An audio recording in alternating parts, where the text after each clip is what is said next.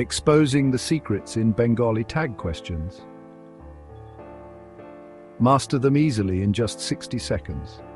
First off, matching the auxiliary verb is key. If you say, "Tumi asta," the tag is taito. Easy, right? Now let's talk about positive and negative tags.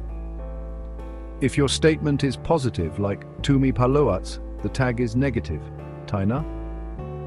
Flip it around for negative statements. If you say "Tumi paloni," the tag becomes positive, taito. Here's a little secret. Taina is like the Swiss Army knife of tag questions. It fits almost everywhere. Remember, the subject in the tag matches the statement's subject. If you're talking about "Tumi," the tag also needs "Tumi." And don't forget intonation. Your voice should rise at the end to signal a tag question. For an even simpler approach, just stick with taina. It's informal and universally understood. So ready to use your new tag question skills? Go practice and impress everyone with your flawless Bengali. Catch you next time.